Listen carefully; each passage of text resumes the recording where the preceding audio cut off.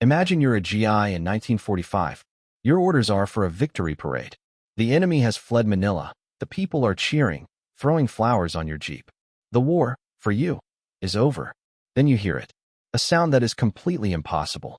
The gut punch of a battleship's cannon, firing from a government building a block away. In that single, deafening moment, you realize the parade is a trap, the open city is a lie, and the army that was supposed to be gone has been replaced by something far, far worse. Come with me. Let's leave the quiet of the archives for a moment. Let's go to a place and a time. It's the 3rd of February, 1945. The air is thick, wet, and heavy. It's an atmosphere you don't just breathe, you wear it.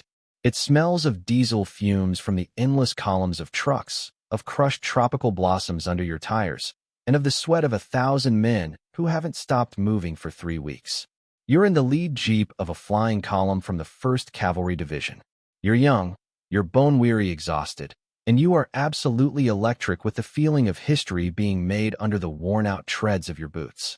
For weeks, you've been the very tip of General MacArthur's spear, a steel javelin hurled from the beaches of Lingayen Gulf with one single, glorious objective: Manila. The plan, as you and every other GI in this column understand it, was a masterpiece of beautiful, simple logic. It was a race, a sprint. General Tomoyuki Yamashita, the Tiger of Malaya, the mastermind of the Japanese 14th Area Army, had done the sensible thing. He declared Manila an open city. He was a brilliant army general, and he knew he couldn't hold it. Trying to fight in this sprawling metropolis would be a tactical suicide note, a waste of his veteran troops. So he was pulling his main forces east, into the mountains of Luzon, to bleed the Americans dry in a long, ugly war of attrition. Your job, therefore, wasn't an assault. It was a rescue mission, a victory parade. You were to drive straight into the heart of the city, liberate the 4,000 Allied civilian prisoners who had been starving for 3 years in the Santo Tomas internment camp, and secure Malacanan Palace. You were the liberators, and the champagne, everyone said, was already on ice. And for the first few miles into the city's northern suburbs, reality seemed to be following the script perfectly. Crowds of Filipinos, gaunt but ecstatic, poured into the streets.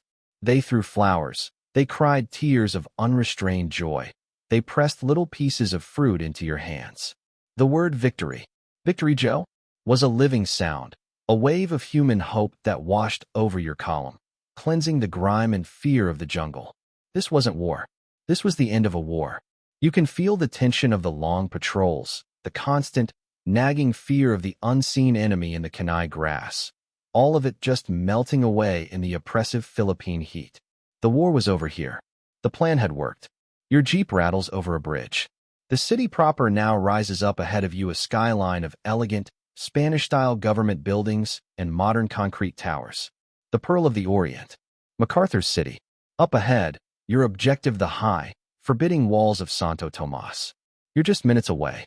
The platoon leader in the jeep ahead turns and gives you a wide, dusty grin, a thumbs up. This is it. The moment you'll tell your grandkids about. And that's when the plan, so perfect on the maps in MacArthur's headquarters, shatters against an anomaly. It isn't the familiar crack of a rifle or the chatter of a machine gun. You've heard thousands of those. They're the punctuation marks of your daily existence. No, this sound is different. It's deeper. It's a gut-punching, concussive boom that comes not from some distant battlefield, but from right there, from inside the city. It's followed by a sound you've never heard on a land-based battlefield before: the shriek of a heavy naval shell. It screams over your head like a phantom train and detonates a city block away, turning a building into a geyser of concrete and dust. Silence falls. The cheering stops, replaced by ragged screams of terror. The flowers on your jeep's hood are suddenly covered in a fine gray powder. Your mind struggles to process the data. A naval gun. Firing from where? From the cluster of government buildings to the south? That's impossible. Naval guns belong on battleships, on cruisers. They don't belong in the office of the Secretary of Agriculture. They're not army weapons. Yamashita's army, the army that was supposed to be gone, doesn't use them. Another boom. This one closer, and the world dissolves into chaos. The air is filled with the shrapnel of a reality that simply does not compute. The plan said the enemy was gone. The plan said the city was open. The plan said this was a parade. But the plan didn't say a thing about a battleship hiding in a courthouse. The city wasn't open. It was a trap. And as you dive for cover behind your jeep, the air's still vibrating from the impossible cannonade. A single, terrifying question burns through the confusion. If the Japanese army has withdrawn, as ordered, who in God's name is still in Manila and trying to kill you? Back at General MacArthur's advance headquarters, the reports from the 1st Cavalry's entry into Manila are coming in over the crackle of the radio. They are chaotic, fragmented, filled with the battlefield static of confusion. But the staff officers, men trained to see patterns in chaos, begin to assemble a narrative. It's a story that fits their worldview, a story that preserves the integrity of their brilliant operational plan. The anomaly, the report of heavy guns inside the city, is smoothed over, rationalized, and filed away. The official explanation begins to take shape, passed in confident tones between colonels leaning over maps. It must be a rear guard, one says, tracing a line with a grease pencil. Yamashita pulled his main force out, but some of his naval troops got cut off. They've holed up south of the river. It's an explanation rooted in institutional arrogance. The army saw the Navy as a different, lesser species of warrior. Another officer nods, adding, sailors, not soldiers. They're probably panicking. They've dragged a few coastal defense guns into the government buildings. A desperate, last-ditch show of defiance. It's a neat, tidy explanation. It portrays the enemy as disorganized, leaderless, and acting out of fear, not strategy. The consensus in the room is that it's a problem, yes, but a small one. A pocket of fanatics. It would be a messy business for a day or two, but nothing that would alter the grand strategic picture. The primary mission remained the rescue of the Allied internees. The rest was just housekeeping. This becomes the official story. Manila is liberated. The enemy army has fled. All that remains is to mop up a few hundred stubborn, suicidal sailors who didn't get the memo to retreat. The press releases are already being drafted. MacArthur's triumphant return is assured. The plan, from this comfortable distance, is still fundamentally intact. But the plan on paper is always the first casualty of contact with the enemy. 2 days later, on February 5th, elements of the 37th Infantry Division are ordered to push south, across the Pasig River, to begin this mopping-up operation. They are to seize the city's main water source. As the first assault boats push off into the murky water, they expect to be met with sporadic, inaccurate rifle fire from a few terrified sailors. Instead, all hell breaks loose. From the elegant, colonnaded buildings lining the opposite bank, the General Post Office, the Legislative Building, comes a storm of precisely coordinated fire. It's not just rifles. It's machine guns, dozens of them, firing from sandbagged windows on interlocking fields of fire that turn the surface of the river into a churning meat grinder. Mortars, pre-sighted on the river, walk explosions across the water, turning the assault boats into splinters and screaming men. And then, the heavy guns open up again. Not just one or two, but a symphony of them, firing from different buildings, their shells ripping through the American ranks with terrifying accuracy. This isn't a panic. This isn't a rabble of sailors. This is a fortress. Every window is a machine gun nest. Every doorway is a booby trap. Every street is a pre-registered kill zone. This is a deliberate, engineered, and utterly murderous defensive system. A battalion commander, pinned down on the northern bank, his companies being systematically torn apart, gets on the radio to regimental HQ. His voice is tight, stripped of all parade ground polish. This is no rearguard action. He gasps, the sound of an exploding mortar shell making the radio hiss. I say again, this is not a remnant. The entire south side of the city is a fortified zone. Every building is a strong point. We are not mopping up. We are assaulting a citadel. His report is the first piece of hard, bloody evidence that the official story is not just wrong, but a catastrophic miscalculation. But it's a single prisoner, captured that night in a desperate raid, who provides the detail that changes everything. He's young, a Navy rating, barely out of his teens and trembling with shock in the dim light of an intelligence tent. Under interrogation, he doesn't just confirm the Americans' worst fears, he multiplies them. He tells them his commander's name, Rear Admiral Sanji Iwabuchi. He tells them his unit, the Manila Naval Defense Force. And then he tells them their numbers. It's not a few hundred. It's not even a few thousand. He claims there are nearly 18,000 of them. 18,000 men, Marines, sailors, and conscripted civilians who have been ordered to turn the heart of Manila into a funeral pyre. Their orders were simple and absolute. They were to fight until the last man was dead. The number hangs in the air of the intelligence tent, a figure so monstrous, so completely at odds with the official narrative that it seems impossible. 18,000 fanatics, dug into a fortress of concrete and steel, who had no intention of retreating. Suddenly, the official explanation didn't just look wrong. It looked like a death sentence for the men who had been ordered to conduct a simple mopping-up operation. The intelligence report, with its terrifying number 18,000, lands on the desk of Major General Oscar Griswold, the commander of the 14th Corps. It's no longer a battlefield rumor or a panic dispatch from a pinned-down lieutenant. It's a formal assessment, cross-referenced with captured documents and multiple interrogations. It's a fact. And with that single fact, the entire nature of the campaign changes. The victory parade is officially canceled. The champagne is put back on the shelf. The swift, elegant rescue mission has just metastasized into something no one in Allied command had ever wanted or planned for a major urban battle.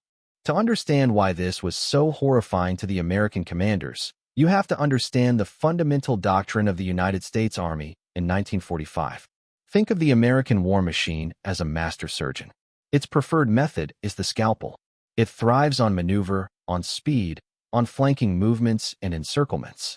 Its greatest strengths are its mobility, its tanks, its trucks, its air power, and its overwhelming artillery.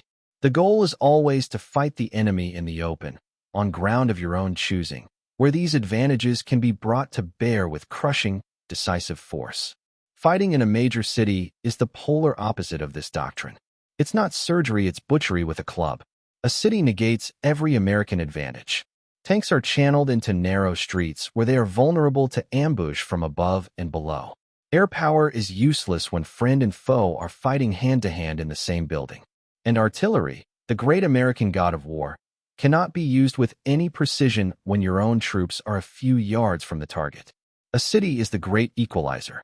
It favors the defender.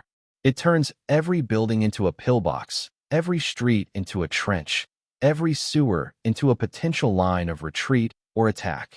It's a meat grinder that consumes lives, ammunition, and time with an insatiable appetite.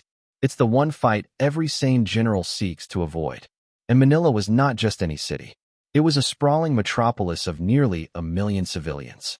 1 million non-combatants who were now trapped inside the battlefield. This wasn't just a tactical problem, it was a moral nightmare. How do you use artillery when you know that for every enemy soldier you kill, you might kill 10 friendly civilians? How do you call in an airstrike on a machine gun nest in a hospital or a church? MacArthur had famously promised the Filipino people, "I shall return." He had not promised to return as a demolitions expert, leveling their capital city to save it. The political and humanitarian stakes were astronomical. So here was the choice confronting Griswold and his superiors. On one hand, they had 18,000 well-armed, fanatical Japanese sailors and Marines dug into a labyrinth of reinforced concrete, a force that had to be destroyed. On the other, they were constrained by the presence of 1 million civilians and the political necessity of preserving as much of the city as possible. They were being asked to perform the most delicate, brutal, and complex form of warfare imaginable, a block-by-block, room-by-room extermination, while simultaneously trying to prevent a humanitarian catastrophe. It was a tactical straitjacket. The ticking clock wasn't just about the enemy anymore. It was about the civilians starving behind Japanese lines. It was about the pressure from Washington to secure the capital. It was about the specter of a prolonged, bloody siege that could bog down the entire liberation of the Philippines. The initial anomaly of a few naval guns had been a puzzle. The confirmation of a fortress had been a shock. But the full, agonizing realization of what this fight would entail, a block-by-block grind against a suicidal enemy in a city full of friends, was a strategic crisis of the first order. The mission was no longer a simple rescue. It had become a grim, unavoidable, and deeply unsanctioned imperative to hunt down and kill every last one of Iwabuchi's men, no matter the cost. The investigation begins not in a quiet intelligence tent, but in the filth and terror of a roadside ditch on the south bank of the Pasig River. The men of the 37th Infantry Division are learning a new, terrible kind of science. It's the physics of reinforced concrete, the geometry of interlocking machine gun fire, and the biology of their own fear. Their first major objective, their first clue in understanding the mind of Admiral Iwabuchi, is a single, massive building, the General Post Office. On a map, it's a simple rectangle. On the ground, it is a monster, a 5-story behemoth of neoclassical architecture, all columns and grand arches, but built with American-engineered, earthquake-proof concrete. Iwabuchi's men have turned it into a masterpiece of defensive warfare. Every one of its hundreds of windows spits fire. Heavy machine guns on the upper floors can sweep the entire riverbank and the bridges. Mortars on the roof can drop shells with pinpoint accuracy on any American advance. It's not a building anymore, it's a land-based battleship, and it's the anchor of the entire Japanese defensive line. For 2 days, the Americans try to solve the puzzle the conventional way. They send waves of infantrymen forward, armed with rifles and grenades. It's a simple, brutal education. The plan, born of doctrine, is to get close, breach the walls, and clear the building room by room. But they can't even get close. They are scythed down in the open ground before they can even reach the street. The beautiful logic of infantry tactics dissolves into the brutal arithmetic of machine gun rounds per minute. The official solution isn't working. This is the first moment of true hope, the first real clue. It comes from desperation. A young artillery captain, watching his infantry comrades being slaughtered, has a radical idea. He has M36 tank destroyers under his command, vehicles designed to kill panzers from a mile away in the fields of Europe.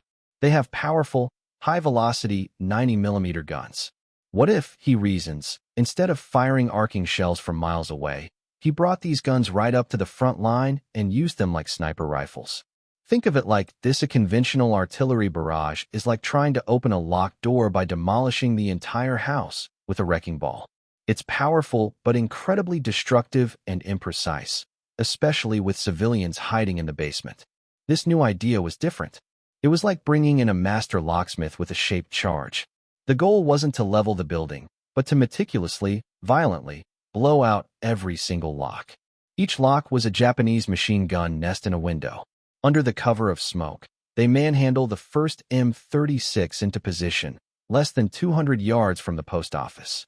Its long barrel lowers until it's pointing almost dead straight at a 3rd-story window where a heavy machine gun has been wreaking havoc. The crew aims not at the building, but at the dark rectangle of the opening. The gun fires. It is not the familiar boom whomp of a howitzer. It is a single, deafening, whip-crack of sound. The armor-piercing shell, traveling at nearly 3,000 feet per second, doesn't explode on the facade. It punches a perfectly neat hole through the concrete, screams across the room inside, and detonates against the back wall. The machine gun, its crew, and everything else in that room is vaporized in an instant. A cheer goes up from the infantrymen huddled in their ditches. It's a sound of pure, unadulterated relief. They have found something. A weakness. A method. For the rest of the day, the tank destroyers and heavy anti-aircraft guns, used in the same direct fire role, go to work. It's a slow, deliberate, and terrifyingly loud process. They move from window to window, blasting each Japanese position into silence. They have found the first key to unlocking Manila. There is a surge of optimism, a feeling that now, finally, they have the tool for the job. They have a way to solve this. But as darkness falls on the shattered, burning husk of the post office, the first clue leads only to a more horrifying realization. The exhausted soldiers look past the conquered building, and they see the skyline of the rest of southern Manila. The city hall, the legislative building, the agriculture and finance buildings. Dozens more of these concrete fortresses, each one bigger, tougher, and more heavily defended than the last, all waiting for them. They hadn't found a master key to the city. They had found a recipe, and they were only just beginning to understand the horrific cost of its ingredients. The initial euphoria of cracking the post office fortress evaporates in the face of the next objective, a dense cluster of government buildings known as the government center. This isn't a single strong point, it's a defensive ecosystem. City Hall, the legislative building, the finance building, they are all interconnected, not just by streets, but by tunnels, by sewers, and most importantly, by fire. Admiral Iwabuchi, it becomes clear, wasn't just a sailor playing at being a general. He was a brilliant, if utterly nihilistic, military architect. The American commanders, emboldened by their new tactic of direct fire artillery, believe they have a working formula. They will replicate the method that took the post office, isolate the building, systematically destroy every firing position with point-blank cannon fire, and then send in the infantry to mop up. Simple. Logical. It's the official plan, version 2.0. They start with City Hall, a massive 6-story structure with a central clock tower that Iwabuchi's men have turned into a perfect sniper's perch and artillery observation post. For 3 days, the tank destroyers and self-propelled guns pound City Hall. The elegant facade is systematically flayed, blasted away in chunks of concrete and twisted steel. The clock tower is reduced to a jagged stump. Following the new doctrine, the artillery is methodical, targeting every window, every archway, every potential strongpoint. Finally, the order is given for the infantry to go in. They move forward with a grim confidence, expecting to find dazed, shell-shocked survivors and piles of rubble. They find a house of horrors. The bombardment, as powerful as it was, had only been a prelude. Iwabuchi had anticipated it. His men weren't sheltering near the windows. They had retreated into the building's concrete core. They had built secondary, tertiary, and even quaternary defensive lines deep inside. As the first American squads push through the shattered doorways, they enter a labyrinth designed by a madman. Hallways are blocked with furniture, sandbags, and rubble, creating narrow kill zones. Stairwells are booby-trapped. Elevator shafts hide machine gun nests that fire down on the unwary. And then they discover the enemy's true genius. The Americans clear a room, set up a defensive position, and suddenly, machine gun fire erupts from a solid wall behind them. The Japanese had spent weeks smashing holes, they called them mouse holes, through the interior walls, creating a network of hidden passages. They could let the Americans pass, then emerge behind them, cutting them off and annihilating them from the rear. The plan to clear the building room by room collapses into chaos. A firefight for a single hallway can last for hours. Taking one floor can cost an entire platoon. The simple theory blast and mop-up has slammed into the brutal, three-dimensional reality of Iwabuchi's defense in depth. But the most demoralizing discovery comes on the 3rd day of the assault. A platoon from the 37th Division finally fights its way to the east wing of City Hall, only to be hit by a devastating volley of machine gun and cannon fire. The shots aren't coming from inside their building. They're coming from the legislative building across a wide, open plaza. Iwabuchi hadn't fortified buildings. He had fortified a complex. Each building was a mutually supporting pillbox for the others. You couldn't attack one without being cut to pieces by its neighbor. It's a dead end. A tactical trap. The Americans aren't the hunters methodically picking apart a defense. They have walked into a perfectly engineered killing field. The enemy isn't just a force, he's an intelligence. He has anticipated their moves, he has countered their best weapon, and he has turned their own linear, forward-moving logic against them. Imagine trying to solve a Rubik's Cube where, every time you make a move, the cube shoots at you. That's the feeling in the American command post. They are stuck, bleeding, and their best idea has just been proven fatally flawed. They are no longer investigators solving a puzzle, they are lab rats trapped in an enemy's maze. For days, the battle for the government center wasn't a battle at all. It was a slow, agonizing industrial accident. The American infantry bled for every doorway, every hallway, every shattered office. The daily casualty reports sent back to 14 Corps headquarters told a story of diminishing returns and mounting horror. The official plan, version 2.0, the surgical application of direct fire, had failed. The maze Iwabuchi had built was swallowing men and material whole, and for a terrifying moment, it seemed there was no solution. The options were grim: continue the frontal assaults and accept a casualty rate that would cripple the division, or pull back and settle in for a protracted siege that would doom the hundreds of thousands of civilians trapped in the city to starvation and disease. Hope was becoming the most precious and rarest of commodities. And then, just as the situation seemed locked in a bloody stalemate, the breakthrough came. It didn't come from a brilliant young lieutenant with a daring plan. It didn't come from a captured map or a decoded enemy transmission. It came from the most unlikely source imaginable: a quiet, reluctant change in a single sentence, in a single order, signed miles away by the one man who had the most to lose by the destruction of Manila: General Douglas MacArthur. Up to this point, MacArthur's orders had been strict.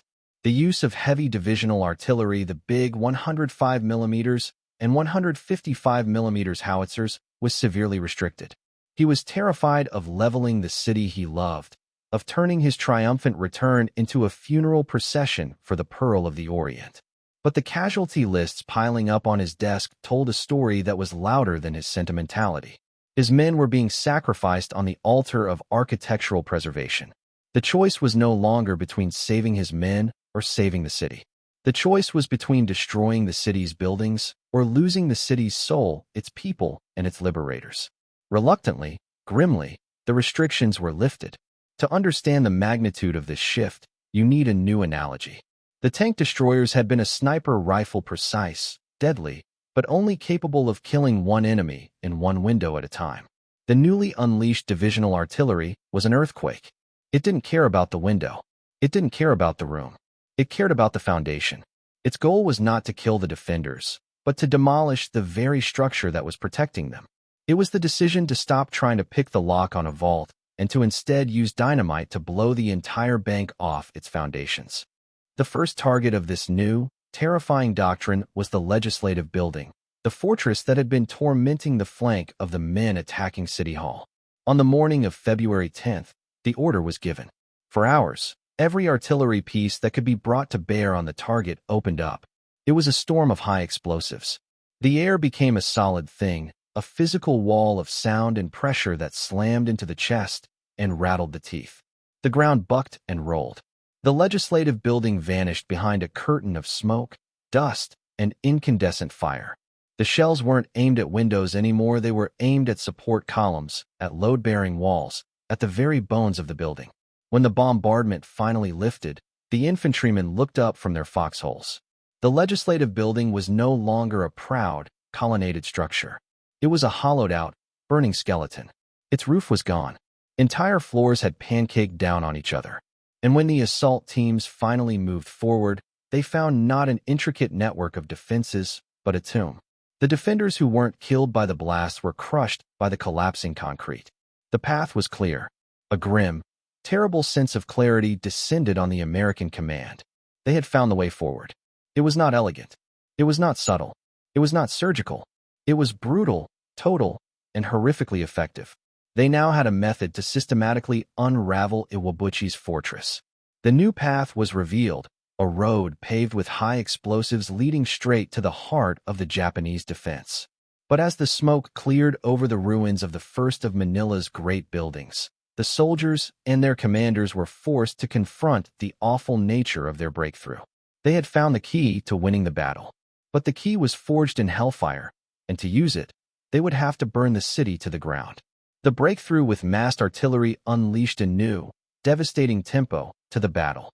One by one, the concrete fortresses of southern Manila were subjected to the earthquake treatment. The finance building, the agriculture building, the Bayview Hotel, each was systematically pulverized before the infantry moved in. The American casualty rate, while still grievous, dropped significantly.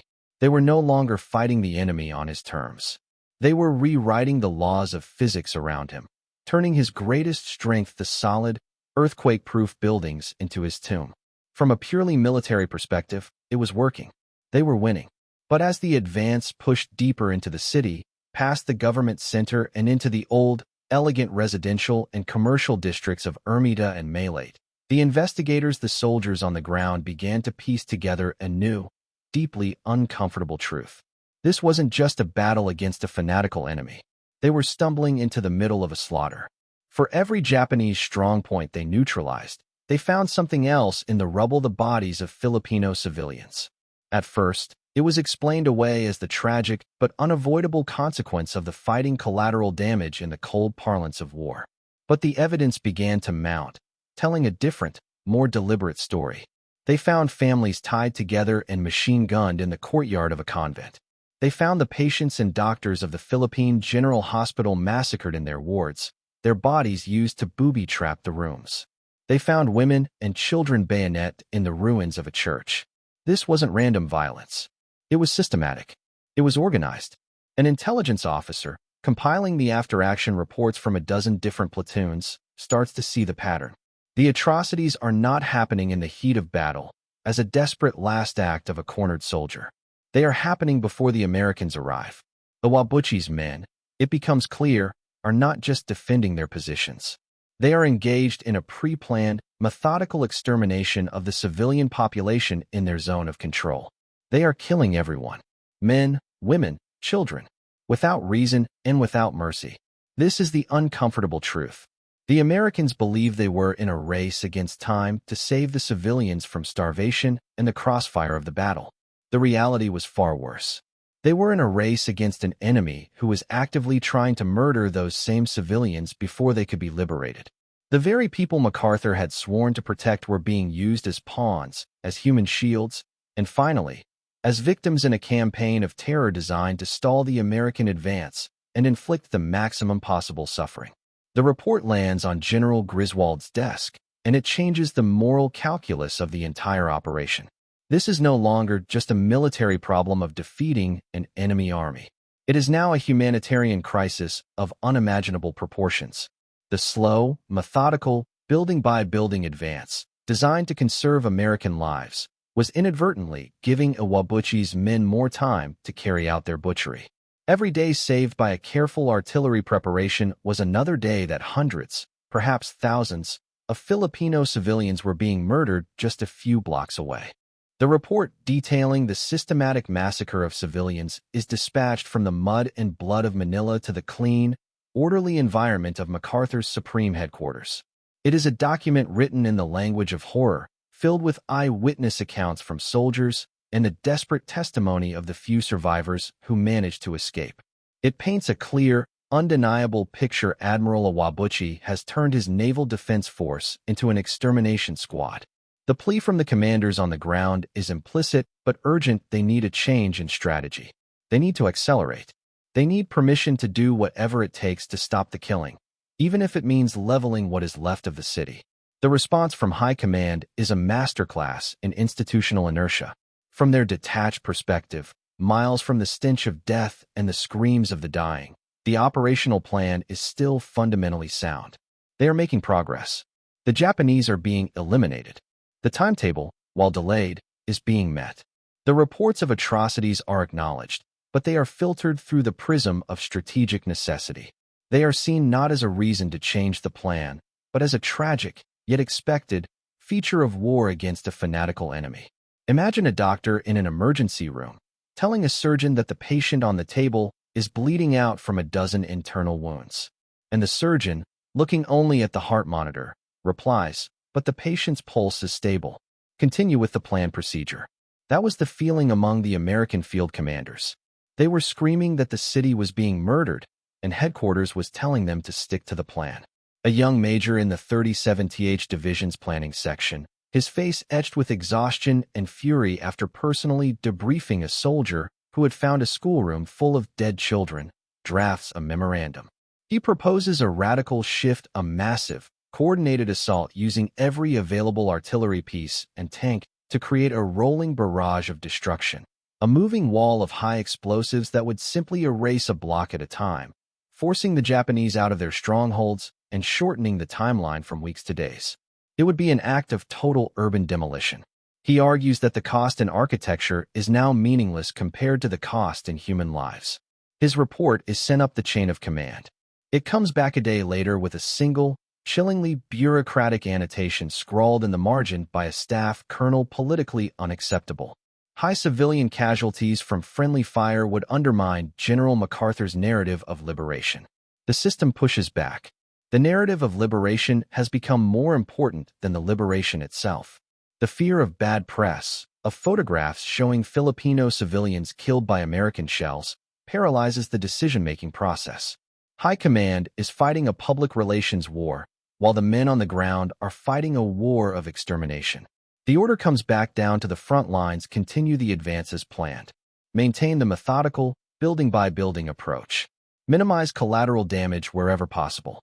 It is a direct order to stand down from any attempt at accelerating the battle. For the soldiers and officers who had witnessed the atrocities firsthand, this order is not just a tactical disagreement.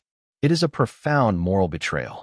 They are being told to stand by and watch a city burn, to count the cost of every shell, while the enemy they are fighting counts his victims in the thousands. The system, in its effort to preserve the pristine image of a clean, heroic liberation, was actively condemning the people they were supposed to be saving to a prolonged and agonizing death. This is the bottom, the lowest point.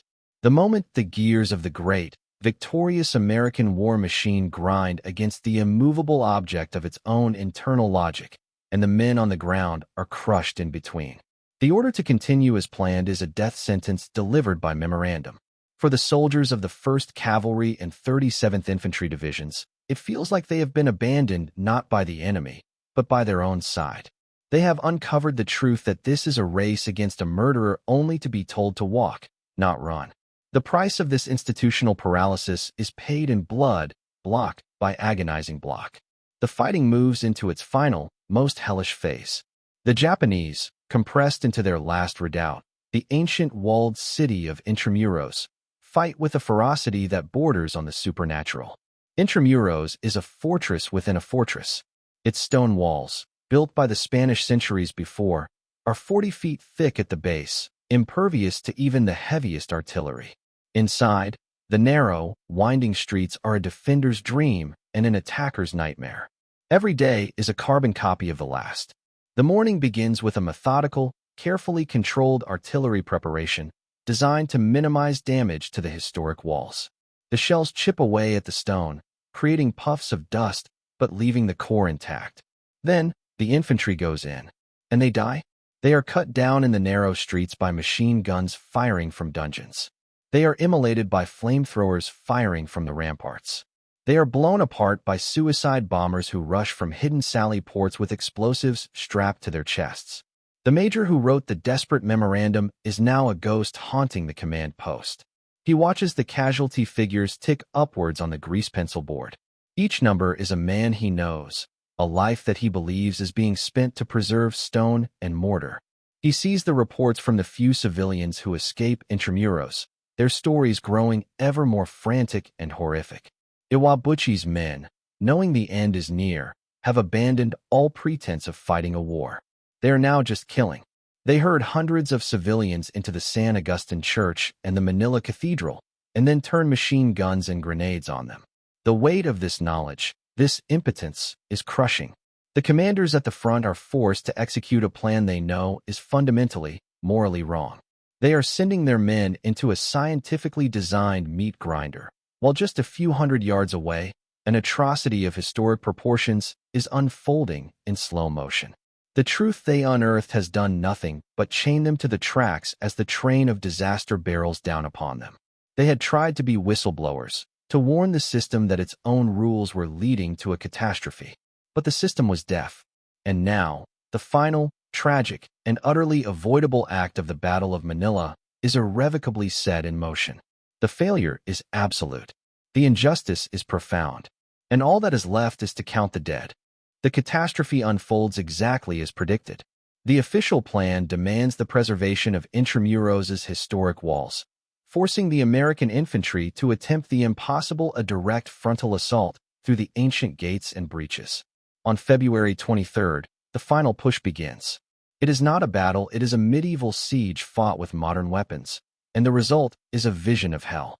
From the perspective of a young private in the 129th Infantry Regiment, huddled behind a shattered fountain, the world shrinks to a single, terrifying objective: the General Luna Gate. The carefully controlled artillery preparation has barely scratched it. Inside that dark archway, Japanese machine guns are perfectly sighted, turning the approach into a bowling alley where his friends are the pins. He watches as the first platoon tries to rush the gate. The sound of the machine guns is a continuous, ripping noise, like canvas tearing. The men don't even cry out, they just disappear, their bodies jerked off their feet and slammed into the earth. The dramatic irony is a physical weight. Every soldier there knows this is suicide. They know there's a better way. They can feel the presence of their own artillery, the silent, waiting power of hundreds of guns just a few miles away, held in check by an order from a man in a starched uniform who isn't here to see this. They are dying to preserve a wall, while on the other side of that wall, the very people they came to save are being systematically executed. Finally, after watching the third assault wave dissolve into red mist, something in the 14-core chain of command breaks. A colonel, his voice not a request but a raw command stripped of all protocol, gets on a direct line to the artillery command. He bypasses HQ. He bypasses the entire narrative. To hell with the walls, he snarls, his voice cracking with rage and grief. I want you to fire at the base of the walls. I want you to bring the whole damn thing down on top of them. And so, the earthquake is finally unleashed upon the ancient city. For 1 solid hour, over 700 artillery pieces, heavy cannons, tank destroyers, howitzers begin a new kind of bombardment. This isn't precision fire. This is rage given voice. They don't aim for the gates. They aim for the foundations. They fire point blank, hundreds of tons of high explosives slamming into the 400-year-old stone. The ground heaves. The ancient walls, which had withstood centuries of typhoons and earthquakes, begin to crumble. Entire sections of the ramparts, weighing thousands of tons, collapse inwards, burying the Japanese defenders in their own fortress. When the infantry finally moves forward, it is not through the gates. They clamber over mountains of rubble, through colossal breaches blown in the very fabric of the city's history. Inside, they find not a fortified city, but a charnel house. The Japanese who survived the bombardment fight to the last man from piles of debris. And everywhere, are the bodies of the civilians, caught between the murderous rage of their captors and the annihilating fury of their liberators. The ignored warning has come to pass in the most tragic way imaginable. The choice to delay, to preserve, to manage the narrative had only guaranteed one thing, that in the end, there would be almost nothing and no one left to save. It took decades for the fog to truly lift. Decades for the declassified files, the memoirs of old men, and the work of tireless historians to finally pierce the smoke and answer the central question of our investigation: why? Why the fanatical defense of a city that was declared open? Why the impossible naval guns? Why the campaign of methodical, senseless slaughter? The answer, when it finally emerged from the archives, was as simple as it was horrifying. The Americans had been fighting the wrong war. All along, MacArthur and his generals believed they were fighting General Yamashita, the Tiger of Malaya. They were playing a grand, strategic game of chess against a rational, pragmatic opponent. Yamashita, the army man, had indeed conceded the game in Manila. He had seen the board, understood his position was hopeless, and wisely ordered his pieces to retreat to the mountains to fight another day. But the Americans did not know there was another player at the table, a man who wasn't playing chess at all. This is the final, crucial War College briefing. Imagine a grandmaster, Yamashita, who stands up, concedes the match, and begins to pack away his chess set. But as he leaves, a different man, Admiral Iwabuchi, walks up to the abandoned table. He is not a chess player. He is a man who has been disgraced in a previous game, a man consumed by a code of honor that values a glorious death above a strategic victory. He sweeps the remaining chess pieces off the board. He pours gasoline over the beautiful, polished wood, and he strikes a match. His goal is not to win the game.